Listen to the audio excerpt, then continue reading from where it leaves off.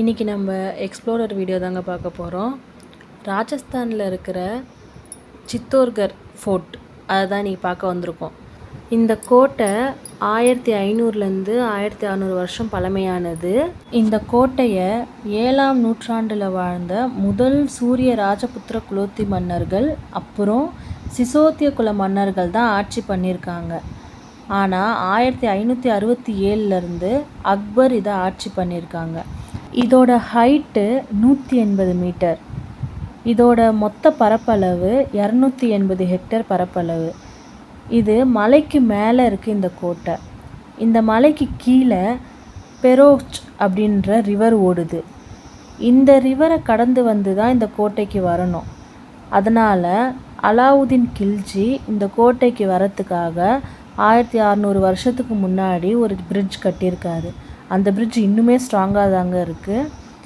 இந்த கோட்டைக்கு வரத்துக்கு மொத்தம் 7 என்ட்ரி கேட்ஸ் இருக்குது. இந்த ஒவ்வொரு என்ட்ரிக்குமே ஒரு பேர் வச்சுருக்காங்க.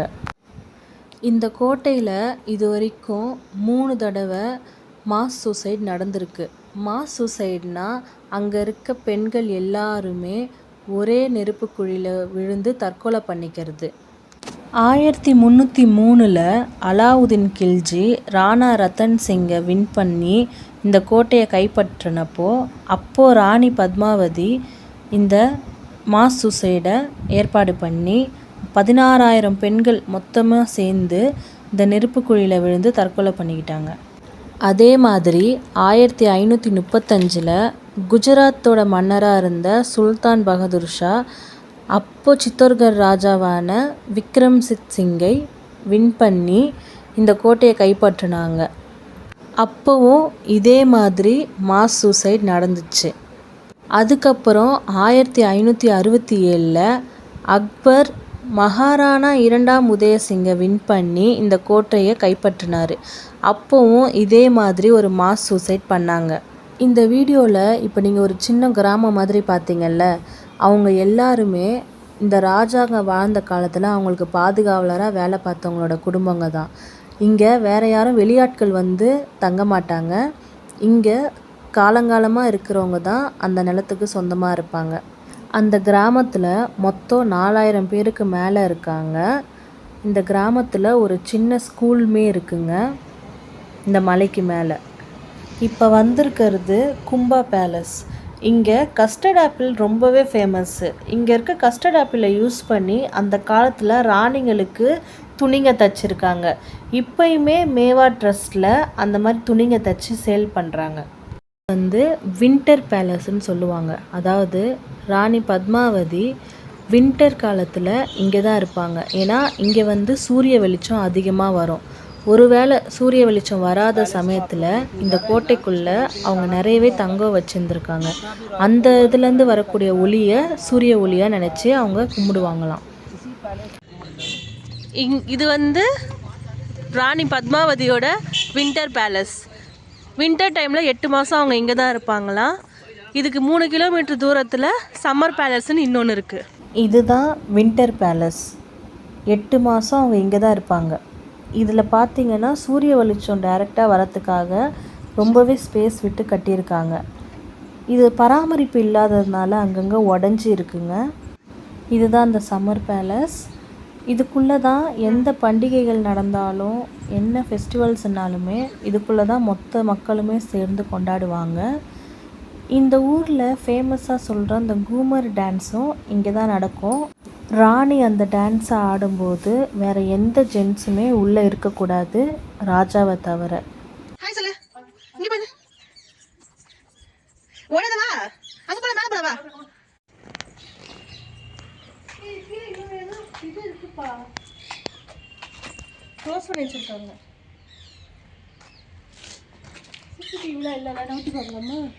ஏன் மஞ்சுவல் பாய்ஸ்னா கீழே விட்டுறதுக்கா?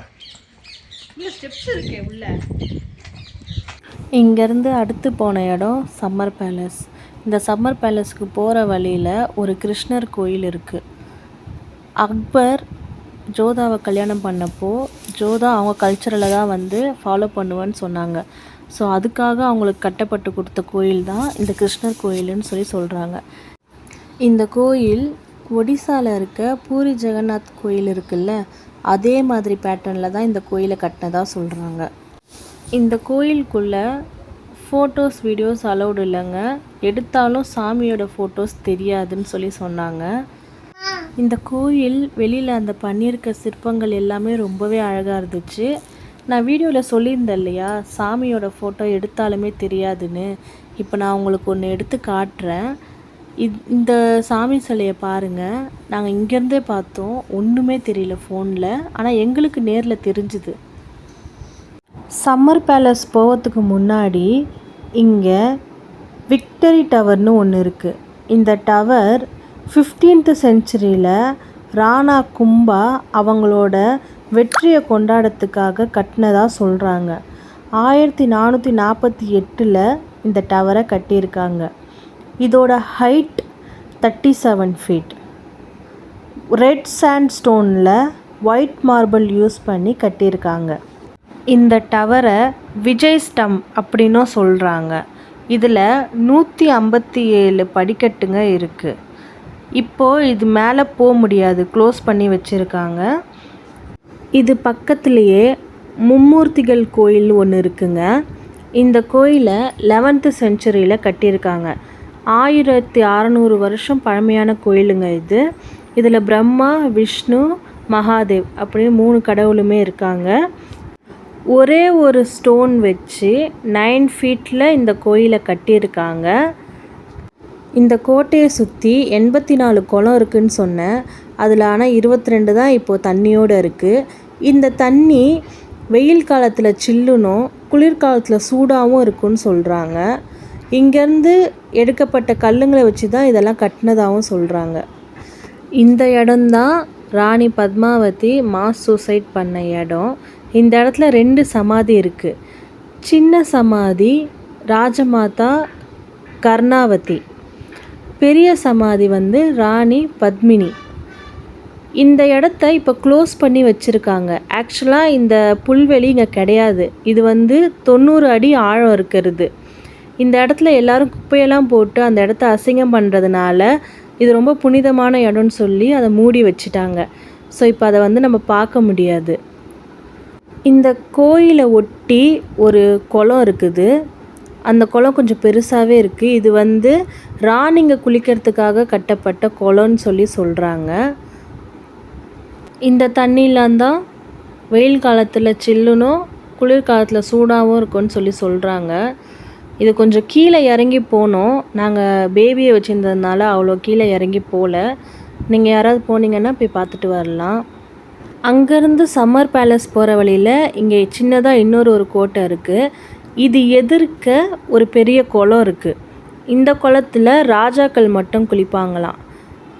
இந்த குளத்துக்கு கொஞ்சம் தூரத்தில் ஒரு பெரிய காளி கோயில் இருக்குது.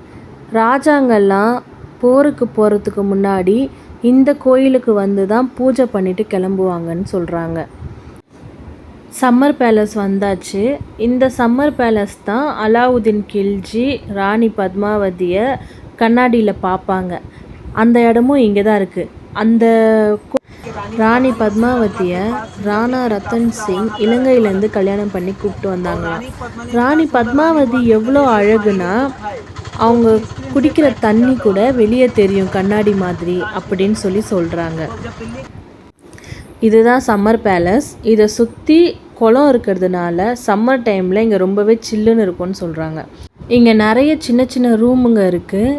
இதையுமே சரியாக மெயின்டைன் பண்ணாததுனால ரொம்பவே அங்கங்கே உடஞ்சி போயிருந்தது. இங்கே ஒரு ரூம் இருக்குது. அந்த ரூமில் தான் அலாவுதீன் கில்ஜியை கண்ணை கட்டி கூப்பிட்டு போயிருக்காங்க ராணி பத்மாவதியை பார்க்குறதுக்கு. இதுதான் அந்த ரூமு. இங்கே வெளியில் ஒரு அரண்மனை மாதிரி தெரியும் பாருங்கள், சின்னதாக. இதில் தான் ராணி பத்மாவதி நின்றுட்டு இருந்தாங்க. அங்கேருந்து தண்ணி மூலயமா அவங்களோட ரிஃப்ளெக்ஷன் கண்ணாடியில் தெரியும். அதில் ராணி பத்மாவதியை அலாவுதீன் கில்ஜி பார்த்தாங்க.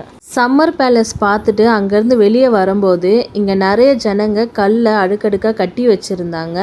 அது எதுக்குன்னு கேட்டப்போ, நாங்கள் அடுத்த ஜென்மத்துலேயும் மனுஷங்களாக பிறக்கணும், அந்த ஜென்மத்தில் நாங்கள் கட்டியிருக்க அளவுக்கு பெரிய வீட்டில் நாங்கள் இருக்கணும்னு சொல்லி கட்டுவாங்களாம். இது அவங்க நம்பிக்கைன்னு சொல்கிறாங்க. அவ்வளோதாங்க, சித்தோர்கர் கோட்டை பார்த்தாச்சு. இந்த வீடியோ உங்களுக்கு பிடிச்சிருந்தா எங்கள் சேனலை மறக்காமல் சப்ஸ்கிரைப் பண்ணிவிடுங்க, லைக் அண்ட் ஷேர் பண்ணிவிடுங்க. தேங்க்ஸ் ஃபார் வாட்சிங்.